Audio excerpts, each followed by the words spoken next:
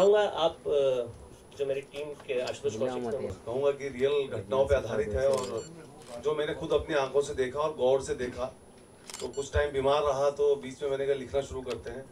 फिर मेरे एक जो राइटर हैं हमारे शाकिर भाई, उनको बताया तो उन्होंने सब तैयार किया। और फिर हम जब अपने प्रोड्यूसर साहब के पास ये लेकर गए तो पूछने लगे भाई इसमें हीरो किसको चाहते हो आप। मैंने कहा सर आप इसमें धनुष को लें, बड़ा अच्छा कैरेक्टर प्ले करेगा। कह रहे यार वो तो बड़ा महंगा है। मैंने सर मुझे ले लो, बड़ा सस्ता हूँ। तो उन्होंने कहा भैया आप ही के शहर में शूट करेंगे, छोटे शहर की कहानी है। और फिर हम सब टीम, भानु जी बड़े भाई हैं, हरीश भाई, पूरी टीम जोड़ी, ऋषिता मैम के हाथ पैर जोड़े। मैंने कहा मैम आ जाइए प्लीज़ ज़रा कर लें। तो भैया ने बड़ा सपोर्ट किया। तो इस तरह कर कर हमने काफ़ी मेहनत के बाद, मतलब मैं तो ये कहूँगा वहाँ पर एक्टिंग लास्ट काम होता था मेरा, उससे पहले सारे काम होते थे। तो मेरे शहर में करने का मुझे एक ये बड़ा वो रहा कि हर चीज़ मुझसे पूछी जाती थी। बाकी पूरी टीम ने, हमने 28 दिन की शूटिंग रखी और 28 दिन का एक ही साथ शेड्यूल लगाया और फिल्म पूरी की। उसके बाद आज आपके सामने खड़े हैं। और चल जा बापू वही है कि एक नकली नोट जब किसी के पास आ जाता है और उसकी गलती भी नहीं होती, वो कहीं चलाते हुए फंस जाता है और उसको नहीं पता कि ये नकली है, तो उसी को एक ताने बाने में बना के हमने फिल्म चल जा बापू, और इसको आप ये भी कह सकते चल जा बापू भाई चल जा, तो ये मेरे पास ना आ जा, तो वही कोशिश की है। और 2-2 ढाई बजे तक रात तक काम करते थे, ज्यादा बजट था नहीं कि आगे कर ले। आशुतोष ने जिस तरीके से पूरा समरी दी है कि हमने शूटिंग कैसे की, कहाँ की, ये फैक्ट है कि इस बेचारे ने बहुत ज्यादा बोझ ले लिया था अपने पर और शॉर्ट में बस दिखता था, फिर बाद में we couldn't even see why Ashutosh because he was handling everything. And चाहे जितने एक्टर्स हैं यहाँ पे सबकी सिंसेरिटी थी, तो मुझे भी अच्छा लगा काम करने में, क्योंकि पहली बार मैं सहारनपुर गई और आई थिंक ये पॉसिबल भी नहीं होता आप लोगों के बिना, बिकॉज एक ऐसे शहर में जाकर, नो ऑफेंस टू सहारनपुर, बहुत सुंदर शहर है, पर जाकर शूटिंग करना और इतने क्राउड में इतने सारे जब ऑब्स्टिकल्स आते हैं, it was not really easy. फिर वो माहौल क्रिएट करना, तो ये बहुत ज़रूरी था कि अगर कोई जब फिल्म देखते हैं आप, उसमें एक माहौल क्रिएट करना पड़ता है। चाहे आप एक्टर, जैसे मैं हमेशा लोगों को कहती हूँ मैं बम्बई की लड़की हूँ, मैं बम्बई में रही हूँ, ये सब शहरों को मैंने देखा नहीं है, पर उसको उन किरदारों को निभाना, समझना कई बार मेरे लिए सबसे ज़्यादा मेहनत का काम होता है। और मेरी कई फिल्में हैं ऐसी जिसमें मुझे ये करना पड़ा, तो ये चैलेंजिंग रोल था मेरे लिए। स्पेसिफिकली पल्लवी मेरे किरदार का नाम है और मेहनत आई थिंक रंग लाएगी on screen, and I just want all your best wishes. सब कुछ बोल दिया, मेरे लिए कुछ छोड़ा नहीं है। जितनी मेहनत इसने की उससे ज़्यादा भी मेहनत मैं कहूँगा हमारे डायरेक्टर ने की है, क्योंकि जैसी स्थिति वहाँ थी, जितनी मेहनत इसने की उसका सारा असर डायरेक्टर पे भी आ रहा था। And I'm sure he has made a wonderful film. I wish him and to myself also all the best. And thank you all for coming here. Thanks a lot. ऐसे मैं कहूँगा कि मेरे शहर ने सपोर्ट बहुत किया हमने। God's grace. This is true. This is true. That is a blessing. मैं हमेशा लोगों को कहती हूँ कि I think you are right, and I have to thank all of you for supporting, because there is not one person who has made it possible. It's my journey, because जब मैंने शुरुआत की थी हमेशा मुझे कहा गया लंबी रेस के घोड़े बनना, और अगर वो करना है तो अच्छे रोल चुनना, पिक्चर का जो होता है होने दो, बट अच्छी फिल्में करो और ऐसी फिल्में करो चाहे एंटरटेनमेंट हो, सीरियस हो, खुद को चैलेंज करते रहो और काम करते रहो। सो आई थिंक वो मेरी फिलॉसफी रही है। Thank you for the question दो, बट ये फिल्म मेरे लिए इसलिए चैलेंजिंग थी क्योंकि कहानी बहुत एक्चुअली अच्छी है। अभी वक्त थोड़ा सा बदल गया है और कहानी फिर भी रिलेटेबल है, क्योंकि हम काफ़ी फिल्में देखते हैं जो होती है कि उस वक्त की होती है, तो ये एक वक्त की कहानी है। एंड इनफैक्ट संघर्ष तो रहा है सबका, मुझे मगर किसी ने 12 बजे तक नहीं जगाया था। They have been very kind to me. मगर ये फिल्म की कहानी आप सबको पसंद आएगी। इसमें ह्यूमर है, कॉमेडी है, little bit of drama is there. It's an entertaining film and जैसे मैंने पहले भी कहा that I had to get into वो माहौल में रहना इज डिफिकल्ट, क्योंकि जैसे मैं हूँ मैं ऐसे ही हूँ, but it's very difficult to be a certain role and character specially अगर आप ऐसे शहर में चले जाते हैं जब अभी नाम आई एम सॉरी बट मैंने नाम सुना हो या ना हो, मैप में देखा हो, और कभी जाना तो बहुत दूर दूर की बात होती है। तो कई बार उस माहौल में रहकर वो किरदार निभाना, वो कहानी में ऐसा दिखना कि आप उस कहानी के लिए बने गए हो, वो चैलेंज हमेशा रहता है एक्टर के लिए। ओके, मेरा डायरेक्टर आशुतोष आपसे भी सवाल है जी। जब मैं ट्रेलर देखता हूँ, आप बात करते हैं, जैसे उन्होंने कहा हमको सबको समझ में आता है, हम डबल मीनिंग बात कर रहे हैं, हम बोलते हैं हम एक मिनट पर आप इसको कैसे ले? नहीं, ऑब्वियसली कोई भी कैसे precisely it is showing very much.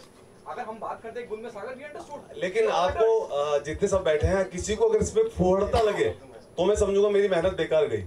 अगर किसी को इसमें लगे कि नहीं यार डबल मीनिंग बोला लेकिन अच्छा लग रहा है, ऐसा नहीं है कि बहुत वल्गर जा रहा है, तो हम भी ना रखते इसको सर, क्योंकि फैमिली फिल्म बनाई है हमने। एंड इसमें यह है कि वो जो स्पेसिफिक इंसिडेंट्स है उसके लिए तो मैं कभी कमेंट कर ही नहीं सकती हूँ, और ना किसी को करना चाहिए। जो वहाँ थे वो कह सकते हैं, लेकिन अगर प्रॉब्लम है, किसी ने मुद्दा उठाया है, आई फील वो मुद्दे से अब जो अगर कभी ऐसा सिचुएशन वापस क्रिएट हुई तो उसे लोग टैकल करेंगे।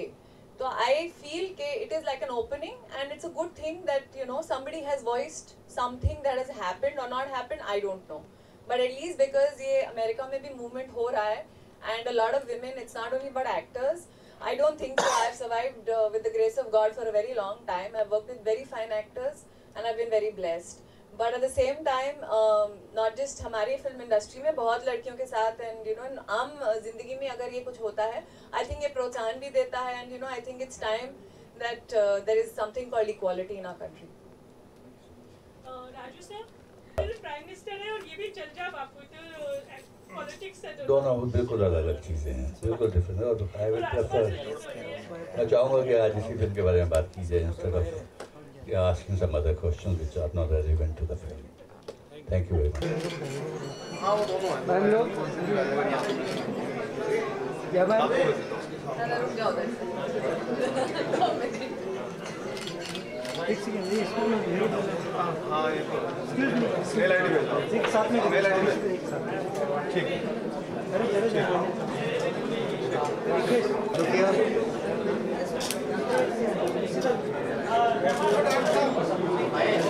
डायरेक्टर साहब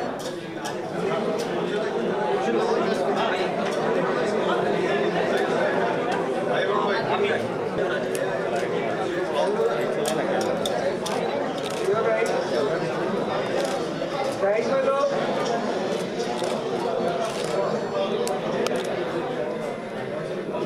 थैंक यू।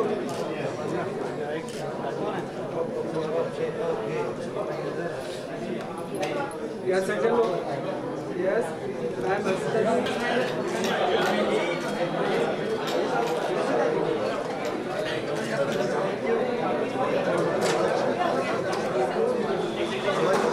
कैसी है चल जा बापू, एक हम कहेंगे कि एक नोट का एक दौर था और दो ऐसे दौर थे, कभी नकली थे तो कभी चेंज हुए, बट ये वो दौर की कहानी है जब नकली नोट्स बहुत थी और एक उसको दिमाग में रखते हुए वो माहौल क्रिएट करते हुए एक बहुत ही सिंपल इमोशनल एंटरटेनिंग कहानी है जहाँ दो किरदारों का पूरा एक हम कहेंगे कि एक जर्नी दिखाई गई है।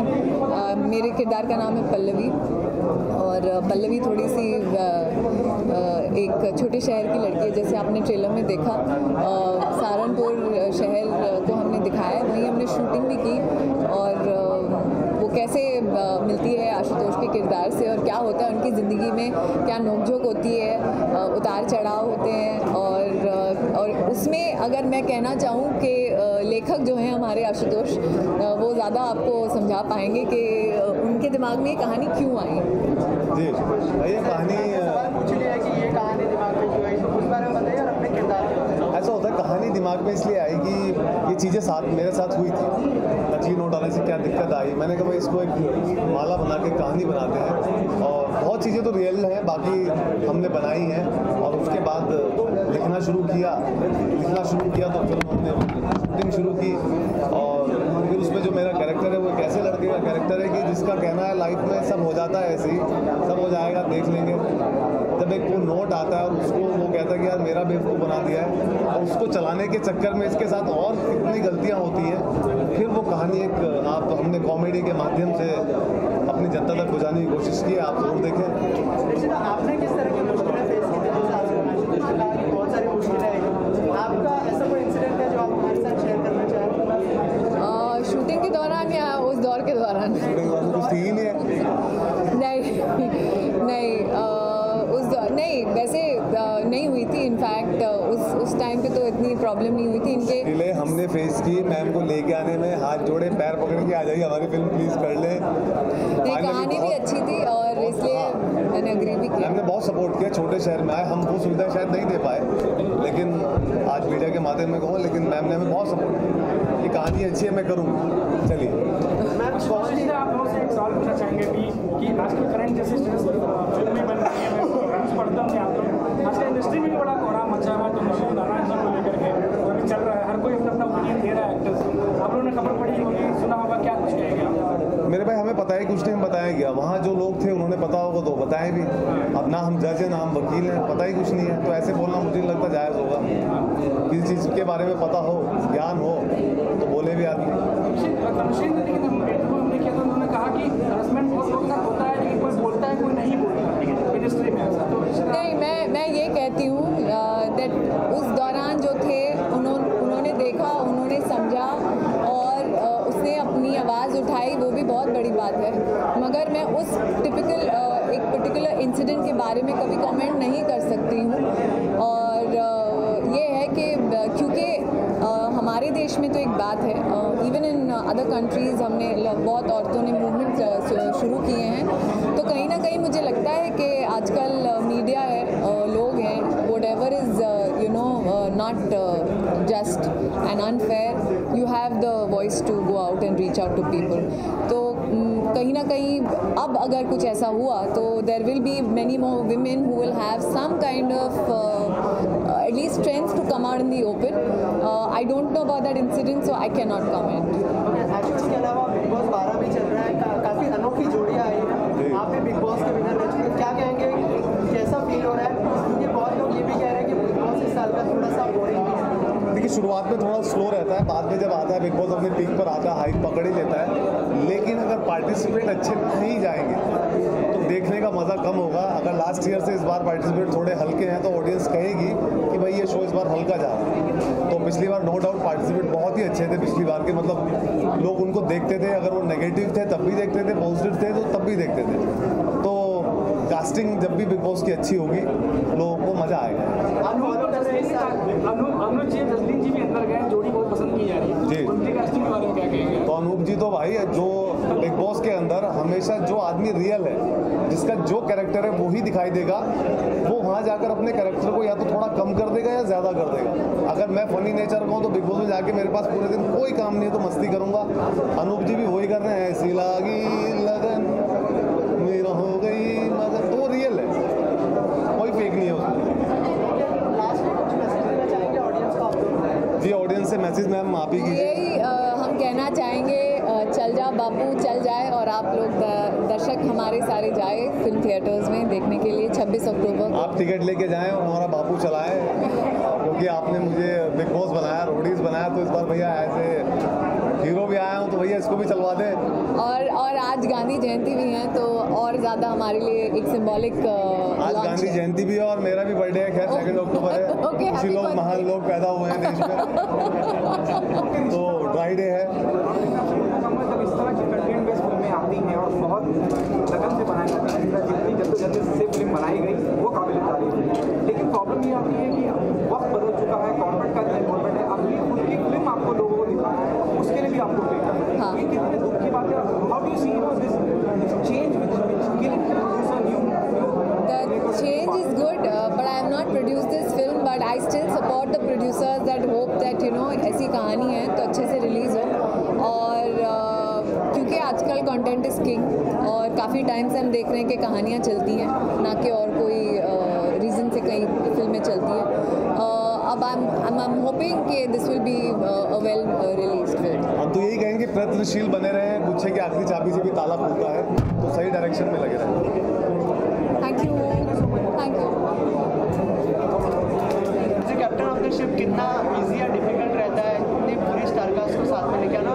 थोड़ा सा अगर कहानी के बारे में हमारी ऑडियंस को बताएं। स्टार कास्ट को लाने की तो ऐसी कोई बात नहीं है, क्योंकि कहानी अगर अच्छी होती है तो जो अच्छे एक्टर्स अच्छा काम करना चाहते हैं वो लोग जुड़ ही जाते हैं। तो हमने सबको कहानी नरेट किया, रिशिता को किया, आशु तो खैर इन्वॉल्व शुरू से थे, फिर राजू जी को किया, जाकिर हुसैन साहब इसमें हैं। तो कहानी के हिसाब से अपने अपने किरदार जिनको पसंद आया उन लोगों ने, मुझे लगता है मुझे दो लोगों को भी सुनाना नहीं पड़ा। जो मैंने सोचा कि इसमें किरदार में ये एक्टर फिट है, तो वो पहली बार में बात हो गई। जी नोटबंदी की भी बात हो रही है इसमें, आपका ऐसा कोई इंसिडेंट आपको याद आता हो अगर आप शेयर करना चाहें? नोटबंदी पे बेस्ड नहीं है फिल्म फेक करेंसी पे है।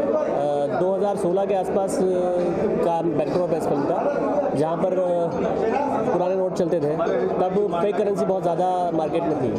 तो एक आशु जो इसमें मेन किरदार कर रहे हैं, आशु का रोल कर रहे हैं, उनके साथ कोई घटना घटी थी, उस पर बेस्ड एक कॉन्सेप्ट था। हमने मुझसे शेयर किया कि ऐसा ऐसा हुआ है, तो हमने जब इस पर कुछ कहानी लिखी जाए, तो फिर हमने उस पर कहानी लिखी और फिर उस तरह से इसको लेके आए। किसी भी फिल्म के लिए उसकी स्टार कास्ट बहुत ज़्यादा इंपॉर्टेंट होती है, जैसे मैंने पहले भी पूछा आपको, तो कैसे चुनाव किया आपने? क्योंकि राइटिंग तो आशुतोष की थी, लेकिन रिशिता का चुनाव कैसे?